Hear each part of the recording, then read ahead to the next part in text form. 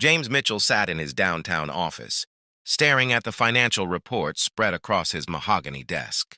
At 45, he was the founder and CEO of Mitchell Tech Solutions, a software company that had revolutionized cloud computing.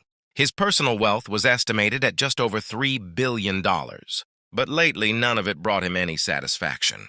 His divorce from Catherine had been finalized 6 months ago. She'd taken a substantial settlement and moved to Paris with her personal trainer. There were no children. Catherine had never wanted them, and James had been too focused on building his empire to push the issue. Now, sitting alone in his corner office with its panoramic city views, he wondered what it had all been for. His assistant knocked and entered. "Mr. Mitchell, your car is ready for the charity board meeting." James waved her away. "Cancel it. Cancel everything for the next week." She looked shocked. James Mitchell never canceled anything. "Sir, are you feeling all right?" "I'm fine. I just need some time away. Tell the board I'll be out of contact for a few days." After she left, James sat in the silence of his office and made a decision. He was tired of the fakery, tired of people treating him differently because of his money. He wanted to know what it felt like to be ordinary, to interact with people who had no idea who he was. He went home to his penthouse and changed into clothes he'd never worn: jeans from a department store, a plain flannel shirt, and worn work boots he'd bought once for a photo op at a construction site. He looked at himself in the mirror and barely recognized the man staring back. Without the $1,000 suits and the aura of power, he looked like any other middle-aged guy. James drove his oldest car, a beat-up truck he kept at his country house, into a neighborhood on the other side of town. It was a working-class area, the kind of place where people struggled to make ends meet but took pride in their community. He parked and walked until he found what he was looking for: a small diner called Rosie's, with red vinyl booths and a worn but clean appearance. He went inside and slid into a corner booth. The place smelled like coffee and bacon, and there was a comfortable, lived-in feeling to it. A waitress approached, a woman in her early 30s with blonde hair pulled back in a ponytail.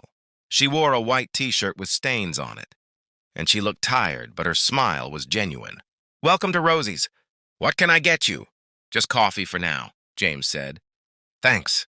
She returned with a steaming cup and went back to her other tables. James watched her work. She was efficient and kind, stopping to chat with the regulars, ruffling the hair of an elderly man who seemed to be a fixture at the counter. There was something about her that drew his attention: a warmth, a grace despite clearly being exhausted. He was so absorbed in watching the rhythm of the diner that he almost didn't notice the little girl who appeared beside his booth. She was maybe 6 years old, with blonde hair like the waitress and serious blue eyes. She wore a pink t-shirt that had seen better days. "Hi," she said. "I'm Lily." "Hello, Lily, I'm James. Are you new here?" "I haven't seen you before." "Yes, I'm new." "Do you come here often?" "I live here," she said matter-of-factly. "Well, not in the diner, but my mom works here, so I'm here a lot." "That's her." She pointed to the blonde waitress. "I see, she seems very nice." "She's the best mom in the world," Lily said with absolute conviction. "She works really hard so we can have a good life." The waitress noticed Lily talking to James and hurried over, looking apologetic. "Lily, honey, don't bother the customers." "I'm so sorry, sir." "She's not bothering me at all," James said quickly. "She's delightful company." The woman smiled, and James noticed how it transformed her tired face. "That's kind of you to say. I'm Emily. Lily's supposed to be doing her homework in the back, but she gets lonely." "It's really no problem." Emily started to turn away, then paused. "Have you decided what you'd like to eat?" James looked at the menu. Everything was remarkably inexpensive. "What do you recommend?" "The meatloaf is good. Rosie makes it herself. Comes with mashed potatoes and vegetables." "I'll have that, thank you." As the afternoon wore on, James found himself returning to Rosie's several times over the next few days. He couldn't quite explain why. The food was good but simple. The atmosphere was comfortable but nothing special. Yet there was something about the place, about Emily and Lily, that drew him back. He learned their story in pieces. Emily was a single mother.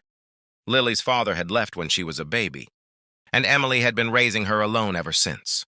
She worked double shifts when she could, trying to save money for a better apartment, for Lily's future. They lived in a small studio above a laundromat, but Emily kept it spotless and filled with love. Lily did her homework at a corner table in the diner every afternoon, and she'd started joining James in his booth, chattering about school and her friends and her dreams of becoming a veterinarian someday. "Do you have kids?" Lily asked him one day. James felt a pang. "No, I don't." "Why not?" "Lily," Emily said, appearing with James's coffee. "That's a personal question." "It's all right," James said.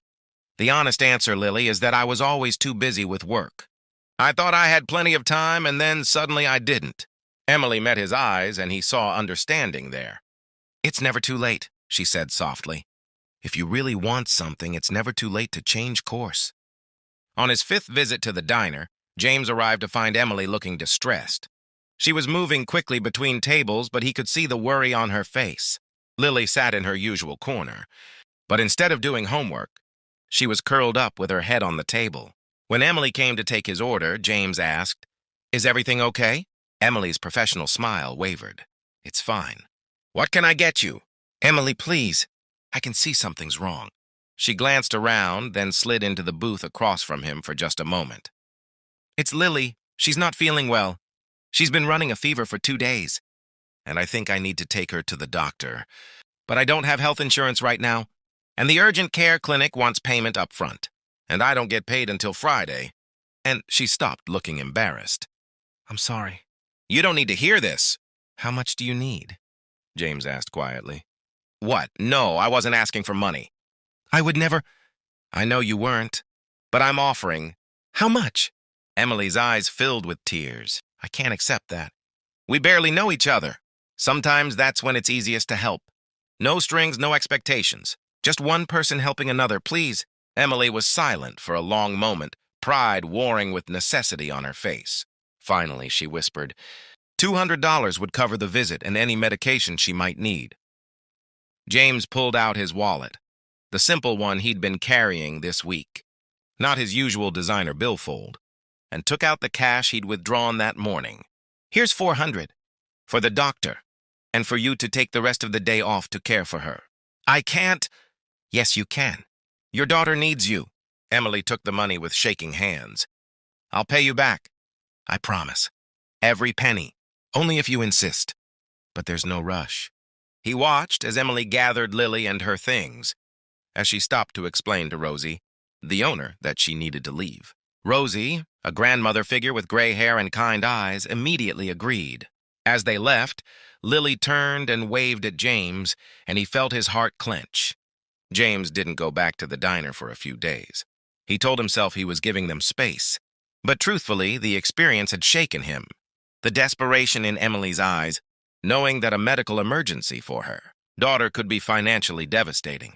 The reality that $200 was the difference between Lily getting care or not, it had awakened something in him. He sat in his penthouse and thought about all the money he had, all the resources at his disposal, and he wondered what he was doing with any of it. Yes, he had his charitable foundation. Yes, he donated to worthy causes, but he realized he'd been writing checks to feel better about himself while remaining insulated from the actual struggles of real people. When he returned to Rosie's the following Monday, Emily spotted him immediately and hurried over. "James, I'm so glad you came back. I was afraid you wouldn't." "Why wouldn't I?" "I don't know. I thought maybe I'd scared you off with my problems." She reached into her apron pocket and pulled out an envelope. "I wanted to give you this. It's not all of it yet, but it's a start. $50. And I'll pay you the rest as soon as I can." James pushed the envelope back toward her. "Keep it. Use it for something Lily needs." "I can't do that. You were so generous." "Emily, please. It would make me happy to know you used it for Lily, maybe some new books or a treat." "Whatever she needs." Emily's eyes filled with tears again. "Why are you so kind to us?" "You don't know us at all." James thought carefully about his answer. He still hadn't told her who he really was, and he wasn't sure why. Maybe because this felt real in a way nothing in his life had felt in years. "Maybe I needed to remember what really matters. And you and Lily reminded me." Over the next weeks, James became a regular fixture at Rosie's. He came in for lunch most days, sometimes for dinner. He helped Lily with her math homework. He listened to Emily's dreams of going back to school to become a nurse. He met the other regulars, construction workers and bus, drivers and retirees, and found he enjoyed their company more than the CEOs and power brokers he usually socialized with. He learned that Emily had been a promising college student studying nursing when she got pregnant. Her boyfriend had left, her parents had been furious and cut her off, and she dropped out to work and raise Lily. She'd been trying for years to save enough to go back to school, but something always came up.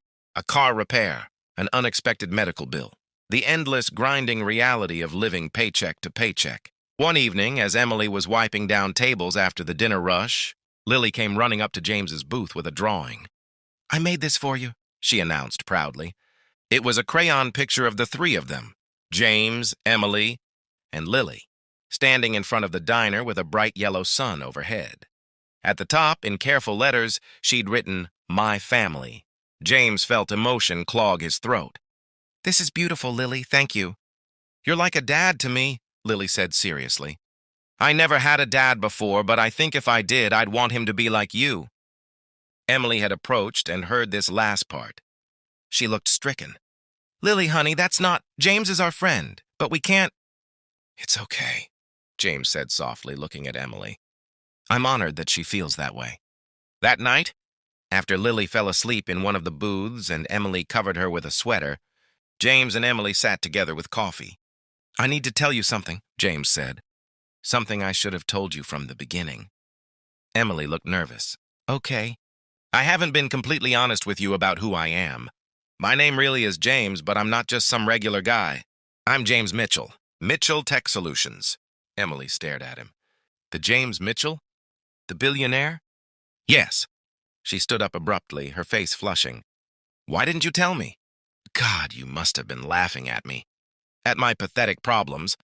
At my $200 emergencies." "No," James said urgently, standing too. "Never that. I came here because I wanted to be treated like a normal person. I wanted to know what it felt like to be valued for who I am, not what I have. And you and Lily gave me that. You showed me what really matters. You showed me kindness without expecting anything in return. I don't understand. You're a billionaire. Why do you need anything from us?" James ran his hand through his hair. "Because I was dying inside. Because I had everything and nothing at the same time. Because I'd forgotten what it meant to connect with people in a real way. And then I met you and Lily and you reminded me. You gave me a reason to get up in the morning. You made me want to be better." Emily sank back down into the booth, processing this. "So what happens now? You've had your experience with the common folk, and now you go back to your real life? That's not what this is," James said, sitting across from her. "Emily, these past weeks have been the most genuine, the most meaningful of my entire life. I've fallen in love with Lily's laugh and her bright mind. I've fallen in love with your strength and your kindness. I've fallen in love with this diner and the community here, and I've fallen in love with you." Emily's breath caught. "James, I know I've deceived you by not telling you the truth from the start, and I'm sorry for that, but my feelings are real. What we've built is real, and I don't want to go back to my old life. I want this. I want you and Lily. I want to be the man Lily drew in that picture." Emily's eyes filled with tears. "I don't know what to say. This is all so overwhelming. You're a billionaire. I'm a waitress with a 6-year-old daughter and about $300 in my savings account. We're from different worlds. Money doesn't determine worth," James said. "You've taught me that. You're one of the richest people I've ever met. Emily, rich in love, in character, in everything that actually matters. I'm the one who's been poor." They talked for hours that night, long after the diner closed, with Lily sleeping peacefully in the booth. Emily shared her fears, that he would get bored of their simple life, that he would hurt Lily, that she wasn't sophisticated enough for his world. James listened and addressed each concern with patience and honesty. "I'm not asking you to join my world," he said. "I'm asking if I can be part of yours. And maybe together we can build something new, something better." The relationship didn't develop quickly. Emily was cautious, protective of herself and especially of Lily. But James was patient. He continued to come to the diner. He met Emily's friends, the ones who'd stood by her when her family hadn't. He proved through consistent action over months that he was serious. He used his resources thoughtfully. He set up a trust fund for Lily's education, but he didn't overwhelm them with money. He helped Emily enroll in online nursing classes, paying the tuition but insisting she earn the degree herself.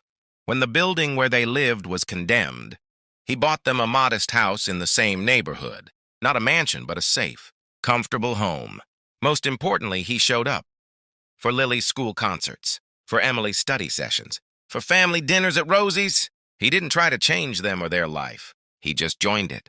18 months after that first day in the diner, James and Emily were married in a small ceremony at Rosie's, surrounded by the people who mattered most. Lily was the flower girl, beaming with pride in her new dress. Rosie cried and took approximately 500 photographs. James officially adopted Lily 6 months later. When the judge asked if she wanted James to be her father, Lily's response was immediate and emphatic. "Yes, he's already my dad." This just makes it official. James transformed his approach to business and philanthropy. He established programs to help working parents access affordable childcare and health care. He created scholarships for single parents trying to finish their education. He worked with local communities to understand what they actually needed rather than imposing solutions from above. But his favorite role was the simplest one, being a husband to Emily and a father to Lily, reading bedtime stories, helping with homework, making pancakes on Sunday mornings, attending parent-teacher conferences, the ordinary moments that had eluded him for so long. One evening, several years after that first meeting, the family sat together in their living room. Lily, now 10, was working on an essay about someone who'd influenced her life. She was writing about James. "What made you decide to come into Mom's diner that day?" Lily asked. James thought about how to answer. "I was lost," he said honestly. "I had everything anyone could want, but I felt empty inside. I wanted to know what it felt like to be normal, to be valued for who I was rather than what I had." "And did you find it?" Lily asked.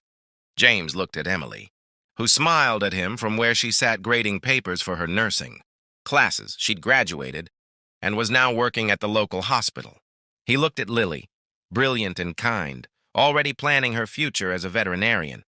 He looked around at their comfortable home, not grand, but filled with love. "I found something better," he said. "I found a family.